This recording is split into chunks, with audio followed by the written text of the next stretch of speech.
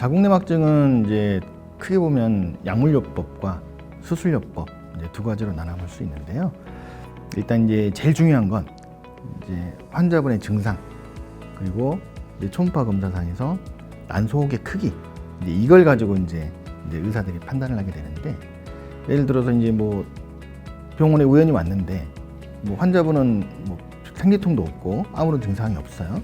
또 초음파상에서만 자궁내막증이라고 하는 혹이 발견이 된 경우에 예를 들어서 뭐 크기가 뭐 한 3cm 이내에 작은 자궁내막종이 생겼고 본인은 별다른 증상은 없고 이제 그런 경우라면 일단은 뭐 나이하고 우리가 이제 임신 노력 여부 이런 게 또 중요하거든요.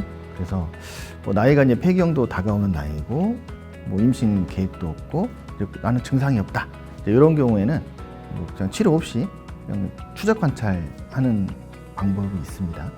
근데 이제 중요한 거는 이제 증상이 있는 경우가 문제거든요.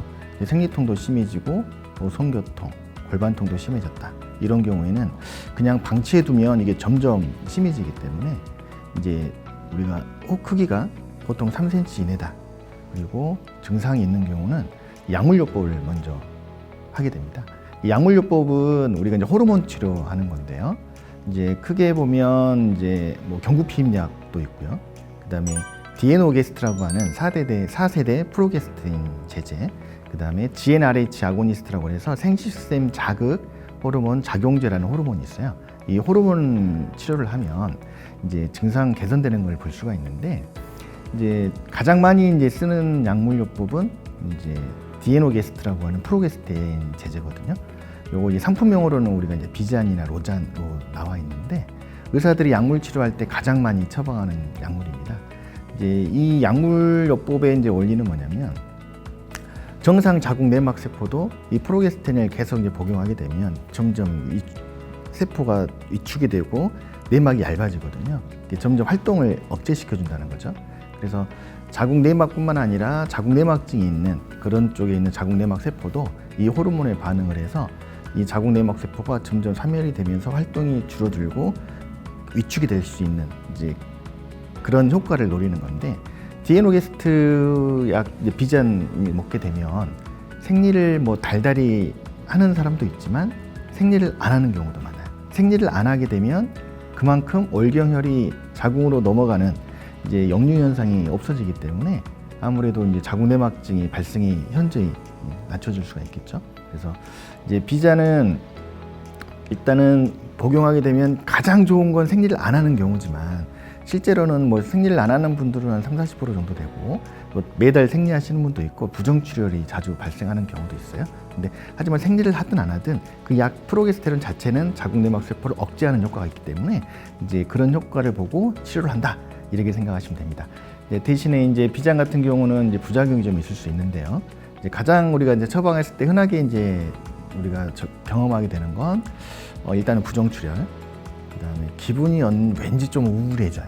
우울한 기분이 들 수가 있고, 또 체중이 찐다는 분도 있고, 또 탈모가 된다, 또 여드름이 올라와요. 이런 증상들이 나타날 수가 있거든요. 그래서 약물 치료는 내가 이 약에 의해서 생기는 부작용과 이 약물 치료를 통해서 얻을 수 있는 이득을 이제 봐가면서, 내가 부작용이 심하다 그러면 다른 치료법으로 바꿔야 되는 거고, 이제 부작용이 별로 없다 그러면 우리가 이제 보통 사용 기간은 1년 반에서 2년 정도 장기적인 이제 치료를 해야 됩니다. 하지만 2년 이상 이제 복용하게 되면 아무래도 이제 골소실, 골다공증에 대한 위험성들이 이제 증가될 수 있다고 알려졌기 때문에 2년 이상 장기 복용할 때는 골다공증 검사도 꼭 체크해가면서 이제 뼈 건강 상태도 봐야 될 필요는 있다, 이렇게 생각하면 되고요. 비잔 같은 경우에는 어떤 호르몬 문제이기 때문에 이게 피임이 되지 않냐라고 이제 생각을 많이 하시는데, 이제 피임은 대부분 될 거라고 생각은 하지만 가끔 비잔을 먹어도 배란이 되시는 분도 있거든요. 그래서 완벽한 피임 약이라고 생각을 하시면 안 돼요. 그래서 비잔을 복용하신 분들은 피임은 피임대로 꼭 같이 병행해야 된다라고 생각하셔야 되고, 그럼 나는 피임도 하면서 치료도 하고 싶은데 그때는 뭐가 좋냐? 이때는 이제 경구피임약이 좀 나올 수가 있습니다. 이거는 피임도 되면서 이제 경구피임제는 에스트로겐하고 프로게스테린 복합제제거든요.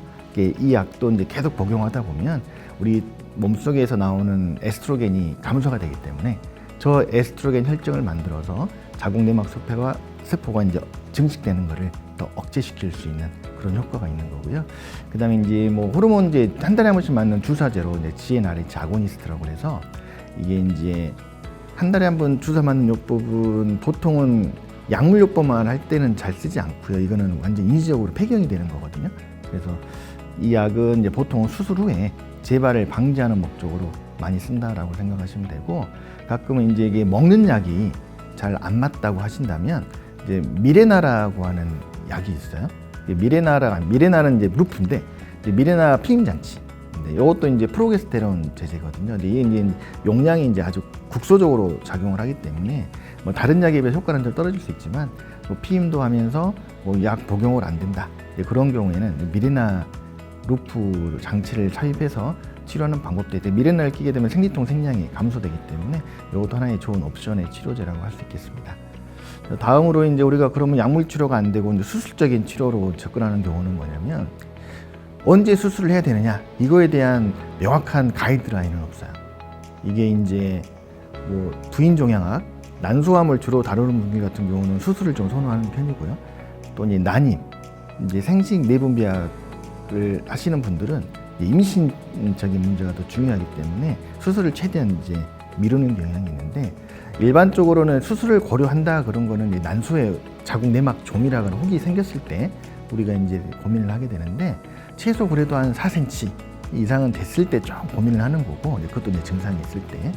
하지만 5, 6cm 넘는 그런 자궁 내막 종이 생겼다면 그때는 이제 보통 의사들 같은 경우는 이제 수술을 일반적으로 권고하는 편이다라고 생각하시면 되고, 이것도 하지만 이제 응급은 아니기 때문에 본인의 임상 증상, 나이 이거를 봐가면서 이제 주치의랑 상의하시면 되고요. 수술적인 치료는 일단은 이제 자궁 내막증의 종이 안에 있는 정상 난소 안에 혹주머니가 있는 거거든요. 그래서 이게 난소를 다 제거하는 건 아니고 자궁 내막증에 있는 내막증 세포 주머니만 이렇게 제거한다. 난소는 그대로 살려놓고 혹만 제거하는 수술이다라고 생각하시면 되는데, 이제 문제점이 뭐냐면 이게 워낙 재발을 잘합니다. 그래서 뭐 자궁 내막증 수술하신 분들 한 5년 지나면 절반 정도는 재발한다고 알려져 있기 때문에 수술로 그냥 끝내진 않고요.